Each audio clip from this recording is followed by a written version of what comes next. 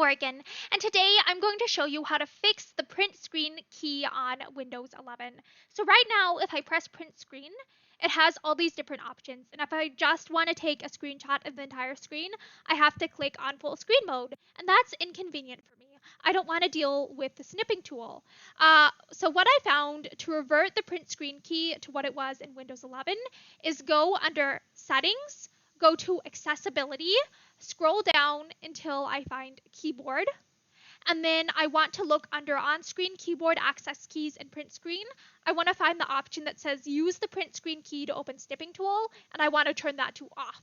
So now if I go back to like a web browser and I press print screen, it takes just the screenshot of the entire screen like it used to before. And if I want to save that, I can go to like just plain old Paint and paste my screenshot there. So this is how to fix the print screen key on Windows 11, and I hope that this video helps you. Have a great day. Bye!